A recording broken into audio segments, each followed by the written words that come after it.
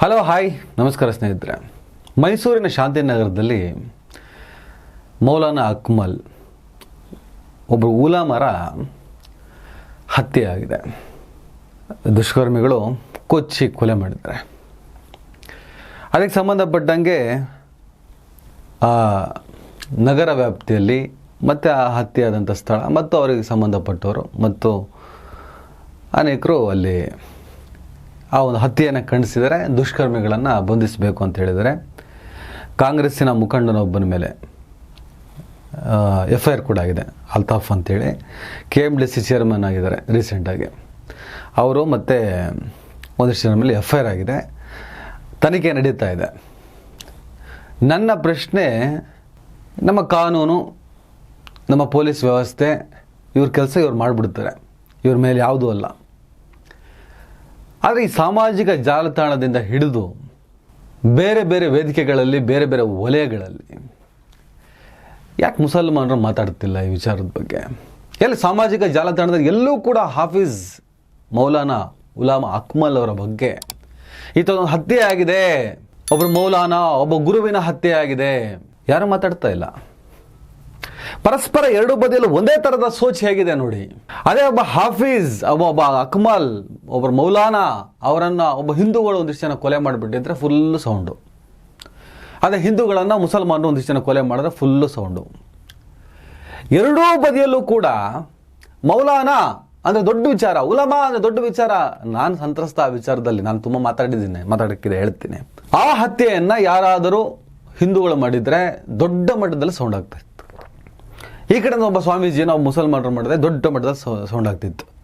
ಯಾವುದೂ ಬೇಡ, ಸಾಮಾನ್ಯ ಒಬ್ಬ ಮುಸಲ್ಮಾನ ಹುಡುಗನನ್ನು ಹಿಂದೂಗಳು ಕೊಲೆ ಮಾಡಿದರೆ, ಸಾಮಾನ್ಯ ಹಿಂದೂ ಹುಡುಗರನ್ನು ಮುಸಲ್ಮಾನರು ಕೊಲೆ ಮಾಡಿದ್ರೆ ದೊಡ್ಡ ಮಟ್ಟದ ಸುದ್ದಿ, ದೊಡ್ಡ ಮಟ್ಟದ ಚರ್ಚೆ. ಹಿಂದೂ ಖತ್ರೆ ಮೇ ಹೈ, ಮುಸ್ಲಿಂ ಖತ್ರೆ ಮೇ ಹೈ, ಹೈ ಹೈ ಹೈ. ಯಾಕೀಗ ಮೌಲಾನಾ ಅಕ್ಮಲ್ ಅವ್ರ ಬಗ್ಗೆ ಯಾರ್ದು ಸೌಂಡ್ ಇಲ್ಲ, ಯಾರ್ದು ಸದ್ದಿಲ್ಲ, ಯಾರು ಶೇರ್ ಮಾಡಿದ್ದೆ ನೋಡ್ತಾ ಇಲ್ಲ ನಾನು.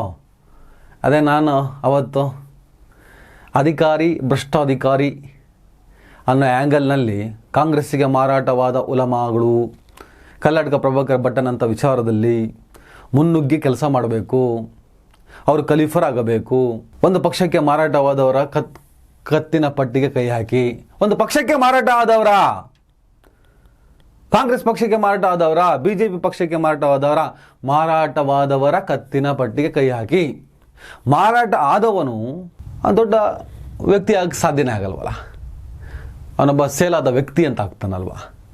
ಆ ಆ್ಯಂಗಲ್ನಲ್ಲಿ ನಾನು ಬರೆದಿದ್ದಕ್ಕೆ ಹೆಂಗೆ ಟ್ರೋಲ್ ಮಾಡಿ, ಹೆಂಗೆ ಹಾಕೊಂಡು ಬಟ್ಟ ತಮ್ಮ ಮನೆಯ ಹೆಣ್ಣು ಮಕ್ಕಳಿಗೆ ದಿನಕ್ಕೊಬ್ಬ ಗಂಡ ಅಂತ ಹೇಳೋದಕ್ಕೆ ಸಿಟ್ಟು ಬಂದಿಲ್ಲ ನಿಮಗೆ.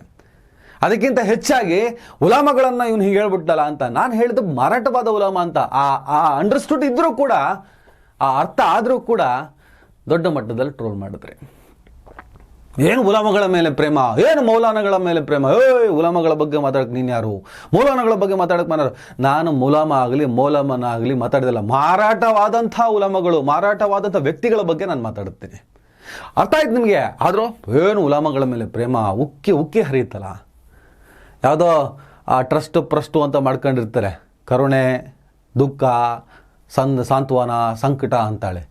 ಈ ಹುಷಾರಿಲ್ದವ್ರು ಅವ್ರು ಹೋಗ್ಬಿಟ್ಟು ಅವ್ರು ಬೈಟ್ ತಗೊಂಡ್ಬಿಟ್ಟು ಅದನ್ನು ಸೋಷಿಯಲ್ ಮೀಡಿಯಲ್ಲಿ ಹಾಕ್ಬಿಟ್ಟು ಇವ್ರು ಸಹಾಯ ಮಾಡಿ ಅಂತ ಹೇಳೋದಂತೆ. ಆಮೇಲೆ ಅವ್ರ 30% ಕಮಿಷನ್ ತಗೊಳ್ಳೋದಂತೆ. ಈ ಹೊಟ್ಟೆ ಹೊರೆಯೋದಕ್ಕೆ ಅದೆಷ್ಟು ಮುಖವಾಡ ಹಾಕತ್ತಾರೆ. ಇಂಥವರೆಲ್ಲ ಮೈ ಮೇಲೆ ಬಿದ್ದು ದೊಡ್ಡ ಸಂಭಾವಿತರ ಥರ ಪೋಸ್ ಕೊಟ್ಟರು ಅವತ್ತು. ಸಂಭಾವಿತರ ಥರ ಒಟ್ಟಾರೆ 16 ವರ್ಷದಲ್ಲಿ ಒಂದು ಸಮುದಾಯದ ಮೇಲೆ, ಒಂದು ಸಮುದಾಯ ಅನ್ನೋದಕ್ಕಿಂತ ಬಹುಸಂಖ್ಯಾತರಿರುವ ಒಂದು ರಾಷ್ಟ್ರದಲ್ಲಿ ಅಲ್ಪಸಂಖ್ಯಾತರ ಮೇಲೆ ಆಗುವ ದೌರ್ಜನ್ಯ ಅದೊಂದು ಹಿಸ್ಟ್ರಿ, ಅದು ಐತಿಹಾಸಿಕವಾಗಿ ನಡ್ಕೊ ಬಂದಿದೆ. ಹಾಗಿರಬೇಕಾದ್ರೆ ಅಲ್ಪಸಂಖ್ಯಾತರ ಪರ ನಿಲ್ಲಬೇಕು ಅನ್ನೋದು ನಮ್ಮ ಧೋರಣೆ. ಆ 16 ವರ್ಷ ನಮ್ಮ ಹೋರಾಟವನ್ನು ಅನುಮಾನಿಸಿ, ಅವಮಾನಿಸಿ ಎಲ್ಲ ಮಾಡಾಕ್ಬಿಟ್ರಲ್ಲ. ದೊಡ್ಡ ಮನುಷ್ಯ ಅನ್ಸ್ಕೊಂಡ್ರು ಕೂಡ, ದೊಡ್ಡ ಸಂಘಟನೆಗಳೆಲ್ಲ ಇದ್ದಾವೆ, ಅವರು ಶೇರ್ ಮಾಡೋದು ನೋಡ್ತೀರಾ, ಅವರು ಬರೆಯೋದು ನೋಡ್ತೀರಾ.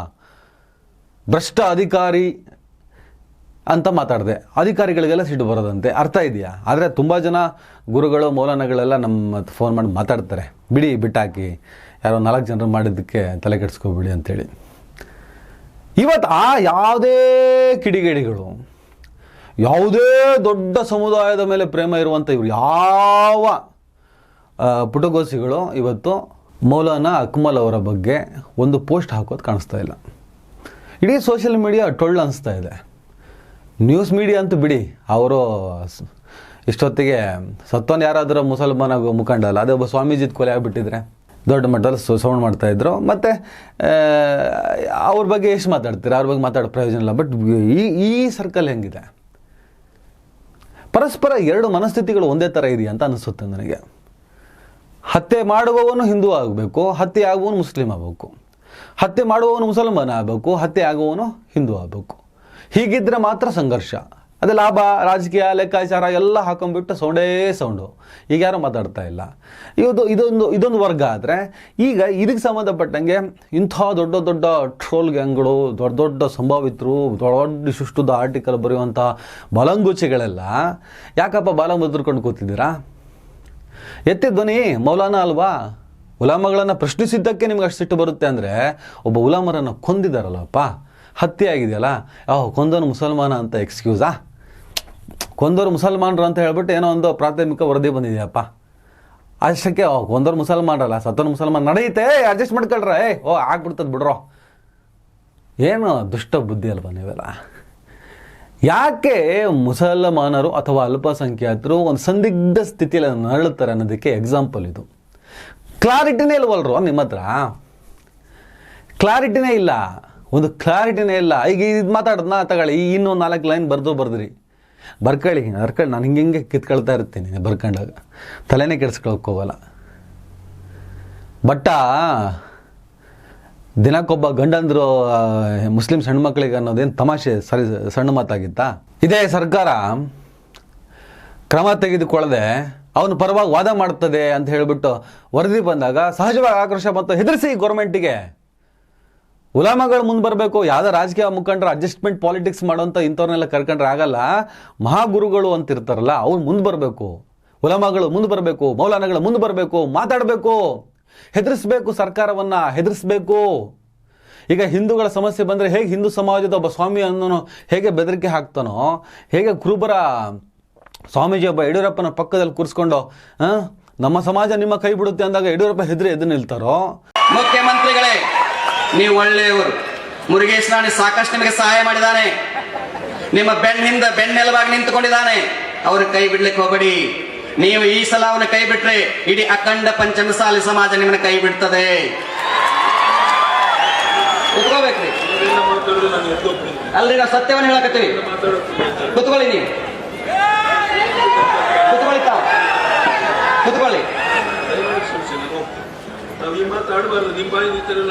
ಕುತ್ಕೊಳ್ಳಿ ತಾವು. ನೋಡ್ರಿ, ಮೊನ್ನೆ ಸಲಹೆ ಕೊಡ್ತಾ ಇದ್ದೀವಲ್ಲ, ನಾವು ಬೆದರಿಸಲ್ಲ, ನಮ್ಮ ನ್ಯಾಯವನ್ನು ಕೇಳ್ತಾ ಇದೀವಿ. ನಾವು ಆ ಥರದ ಭಯವನ್ನು ಮೂಡಿಸಬೇಕು ಉಲಮಾಗಳು ಅಂತ ನಾನು ಮಾತಾಡಿದ್ದು. ಯಾಕಂದರೆ ಮುಸಲ್ಮಾನರನ್ನು ಕಡಿದರು, ಕೊಚ್ಚಿದರು, ತಿರುವಿದರು. ಅವರು ಕಾಂಗ್ರೆಸ್ ಬಿಟ್ಟು ಬೇರೆ ಯಾವ ಪಕ್ಷಕ್ಕೆ ಓಟ್ ಹಾಕಲ್ಲ. ಜಾತ್ಯತೀತವಾದಂಥ ತತ್ವದ ಕಡೆ ನಂಬಿಕೆ ಇರೋರು, ನಮಗೆ ಯಾರು ಗೌರವ ಕೊಡ್ತಾರೆ, ಯಾರು ಬೆಲೆ ಕೊಡ್ತಾರೆ, ನೆಮ್ಮದಿಗೆ ಯಾರು ಬದುಕಕ್ಕೆ ಬಿಡ್ತಾರೆ, ಆ ಕಡೆ ಹೋಗೋಣ ಅಂತ ಹೇಳಿಬಿಟ್ಟು ಫಿಕ್ಸ್ ಆಗಿರೋ ಮೈಂಡ್ ಸೆಟ್ ಮುಸಲ್ಮಾನರದ್ದು. ಅಂದಮೇಲೆ ಕಾಂಗ್ರೆಸ್ಸಿಗೆ ಓಟ್ ಹಾಕುವಂಥ ಮುಸಲ್ಮಾನರು, ಕಾಂಗ್ರೆಸ್ಸಿಗೆ ಶರಣಾಗತರಾಗಿರುವಂಥ ಮುಸಲ್ಮಾನರು, ಕಾಂಗ್ರೆಸ್ ಪಕ್ಷ ಇದ್ದು ಯಾರೋ ಒಬ್ಬ ತಮ್ಮ ಮನೆ ಹೆಣ್ಣು ಮಕ್ಕಳ ಬಗ್ಗೆ ಲೂಸ್ ಟಾಕ್ ಮಾಡ್ತಾನೆ ಅಂದಾಗ, ಅಯ್ಯೋ ಹಂಗೆ ಮಾಡ್ತಾರೆ, ಅದನ್ನು ಮಾಡಿಸಿದಂಥ ವ್ಯಕ್ತಿಯನ್ನು ಇವರು ಶಿಕ್ಷಿಸದೆ ಬಿಟ್ಟಾಗ, ನಾವು ಮಾತನಾಡುವ ಸಮಯದಲ್ಲಿ ಮಾತನಾಡುತ್ತೇವೆ, ನಾವು ತಲೆಬಾಚಿಕೊಳ್ಳುವ ಸಮಯದಲ್ಲಿ ತಲೆಬಾಚಿಕೊಳ್ಳುತ್ತೇವೆ, ನಾವು ಗಡ್ಡ ಬಿಡುವ ಸಮಯದಲ್ಲಿ ಗಡ್ಡ ಬಿಡುತ್ತೇವೆ ಅಂತ ಹೇಳ್ಬಿಟ್ಟು ಈ ಬಿಡುತ್ತೇವೆ, ಮಾಡುತ್ತೇವೆ, ಕಾಡುತ್ತೇವೆ, ಪಾಡುತ್ತೇವೆ. ಪ್ರೆಷರ್ ಕ್ರಿಯೇಟ್ ಮಾಡಿ ಓಟ್ ಹಾಕೋದು ಮಾತ್ರ ಅಲ್ಲ. ಈ ಸಮುದಾಯ ಸಮಯ ಸಂದರ್ಭ ಬಂದಾಗ, ಆ ಸಮುದಾಯದ ಮೇಲೆ ಅನ್ಯಾಯ ಆದಾಗ, ಅನ್ಯಾಯ ಮಾಡುವ ಸ್ಥಾನದಲ್ಲಿ ನಾವು ನಂಬಿದ, ನಾವು ಬೆಳೆಸಿದ, ನಾವು ಪೋಷಿಸಿದ ಸರ್ಕಾರ ಇದ್ದಾಗ ಅದರ ಕೊರಳ ಪಟ್ಟಿಗೂ ಕೈ ಹಾಕಿ ಕೇಳಬೇಕಾಗ್ತದೆ. ಏನು ಸಮಾಚಾರ, ನಮ್ಮ ಸಮಾಜ, ನಮ್ಮ ಸಮುದಾಯ ನಿಮ್ಮ ಕೈ ಬಿಡುತ್ತೆ ಮುಂದಿನ ದಿನಗಳಲ್ಲಿ ಅಂತ ಹೆದರಿಸಿ ನಮ್ಮ ಅವಶ್ಯಕತೆಗಳನ್ನು ಪೂರೈಸ್ಕೋಬೇಕಾಗುತ್ತೆ. ಏನು ಮತ್ತೇನಿಲ್ಲ, ಪುಸ್ತಕದ ಬದನೆಕಾಯಿ ಸಾರೇ ಬರಲ್ಲ, ಮಂತ್ರದಿಂದ ಮಾವಿನಕಾಯಿ ಉದುರಲ್ಲ. ಅರ್ಥ ಆಯ್ತಾ? ಮಂತ್ರದಿಂದ ಮಾವಿನಕಾಯಿ ಉದ್ರಲ್ಲ, ಬರೀ ಮಂತ್ರ ಹೇಳ್ಕೊಂಡು ಮಾವಿನಕಾಯಿ ಉದುರಿಸ್ತೀನಿ ಅಂದರೆ ಆಗಲ್ಲ. ಪ್ರಾಕ್ಟಿಕಲ್ ಅಲ್ಲ, ಅವೈಜ್ಞಾನಿಕ ಅದು, ಸೈಂಟಿಫಿಕ್ಕೇ ಅಲ್ಲ. ಸೈಂಟಿಫಿಕ್ ಅಲ್ಲದ ಕಡೆ ಹೋಗ್ಬೇಡಿ. ಹಾಗೆ ಪ್ರೆಸರ್ ಹೇಳ್ಬೇಕು, ಏನಣ್ಣ ಈಗ ಏನು ಮಾಡ್ತೀಯ ಇಲ್ಲ ಅವನು ಅರೆಸ್ಟು ಇಲ್ಲ ಕೈ ಬಿಡ್ಬೇಕು, ಹಿಂಗೆ ಕೇಳಬೇಕು. ಈ ಆ್ಯಂಗಲ್ನಲ್ಲಿ ಮಾತಾಡ್ರಪ್ಪ. ಹಿಂದೂ ಸಮಾಜದಲ್ಲಿ ಸ್ವಾಮೀಜಿಗಳಿಗೆ ಹಿಂಗೆ ವ್ಯಾಲ್ಯೂ ಇದೆಯೋ, ಮುಸಲ್ಮಾನ ಸಮುದಾಯದ ಉಲಾಮಗಳಿಗೆ ಮೌಲ್ಯಗಳಿಗೆ ಅಷ್ಟೇ ವ್ಯಾಲ್ಯೂ ಇದೆ, ಅವ್ರು ಮುಂದೆ ಹೋಗಬೇಕು. ಈ ಕೆಲವರೆಲ್ಲ ಮಾರಾಟ ಆಗಿದೆ, ನಂಗೆ ಗೊತ್ತಲ್ಲ ಯಾರು ಶರಣಾಗತರಾಗಿದ್ದಾರೆ, ಯಾರು ಓಟ್ ಕೇಳ್ತಾರೆ, ಏನು ಮಾಡ್ತಾರೆ, ಏನು ಮಾಡಿದ್ರು ಅಂತ ಒಂದಿಷ್ಟು ಮಾಹಿತಿ ಇತ್ತಲ್ಲ. ಅದಾಧರಿಸಿ ನಾನು ಆಕ್ರೋಶದಿಂದ ಸಿಟ್ಟಿನಿಂದ ಹೇಳಿದ ಒಂದು ಶಬ್ದವನ್ನು, ಅದನ್ನು ಮಾರಾಟವಾದ ಅಂದಮೇಲೆ ಅಲ್ಲಿಗೆ ಬಿಟ್ಬಿಡ್ಬೇಕಿತ್ತು. ಅದು ಸಬ್ಜೆಕ್ಟ್ ಅಲ್ಲ, ಹಾಕ್ಕೊಂಡು ರುಬ್ಬಿ ಆ ನಿಧಿ ಈ ನಿಧಿ ಅಂತ ಹೇಳ್ಬಿಟ್ಟು ಅದೇನೋ ವಸೂಲಿ ಮಾಡುವಂಥ ಗ್ಯಾಂಗ್ಗಳೆಲ್ಲ ಮೇಲೆ ಬಿದ್ದುಬಿಟ್ಟು ಏನೋ ಹೊಡ್ಕೊಂಬಿಟ್ರಿ ನೀವು. ನಾನು ಕಳ್ಕೊಂಡಿದ್ದೇನೆಲ್ಲ ಏನಿಲ್ಲ, ನಾವು ಮಾತಾಡ್ದೆ ನಿಲ್ಲಿಸ್ಬಿಟ್ವಿ. ಈಗ ಮಾತಾಡಿ, ಟೈಮ್ ಬರಲಿ ಅಂತ ಕಾಯ್ತಿದ್ದೆ. ಹೇಳ್ತೀನಿ, ಮೌಲಾನಾ ಅಕ್ಮಲ್ ಅವರ ಮರ್ಡರ್ ಆಗಿದೆ. ಯಾರು ಎಷ್ಟು ಶೇರ್ ಮಾಡಿದರೆ, ಯಾರು ಎಷ್ಟೆಷ್ಟು ಉದ್ದುದ ಆರ್ಟಿಕಲ್ ಬರೆದ್ರಿ, ನಮ್ಮ ಬಗ್ಗೆ ಕಂಟಿನ್ಯೂನಾಗಿ 10 ಆರ್ಟಿಕಲ್ ಬರೆದ್ರಲ್ಲಪ್ಪ. ಒಂದು ಮೌಲಾನಾ ಅಕ್ಮಲ್ ಅವ್ರ ಬಗ್ಗೆ 1-2 ಸಾಲಿನ ಶ್ರದ್ಧಾಂಜಲಿ ಆದರೂ ಬರೆದ್ರ, ಆ ಆರೋಪಿಗಳಿಗೆ ಶಿಕ್ಷೆ ಆಗಲಿ ಅಂತ ಬರೆದ್ರ. ಯಾಕೆ ಹೇಳಿ? ಇದರ ಹಿಂದೆ ಒಬ್ಬ ಕಾಂಗ್ರೆಸ್ನವರು ಯಾರ್ದು ಕೈವಾಡ ಇದೆ ಅಂತ ಕೇಳಿ ಬರ್ತಾ ಇದೆಯಲ್ಲ. ಹಾಗಾಗಿ ಕಾಂಗ್ರೆಸ್ಸಿನ ಬೆಂಬಲಿಗರೆಲ್ಲ ಸುಮ್ಮನೆ ಆಗೋದು. ಸತ್ತನು ಮೌಲಾನಾ ಆದ್ರೇನು, ಉಲಾಮಾ ಆದ್ರೇನು, ಮಹಾನುಭವ ಆದ್ರೇನು, ಕೊಂದವನು ಕಾಂಗ್ರೆಸ್ನವನಾ ನಮ್ಮವನಾ? ಹಾಗಾಗಿ ಈ ವಿಚಾರದಲ್ಲಿ ನಾವಿಲ್ಲ. ಕರೆಕ್ಟಾ? ನಾಚಿಕೆಗಟ್ಟವರು.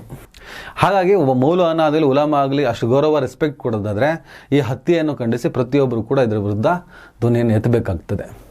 ಮಾಡಿ. ನಾನಂತೂ ಅಕ್ಮಲ್ ಅವರ ಹತ್ಯೆಯನ್ನು ಖಂಡಿಸ್ತೀನಿ.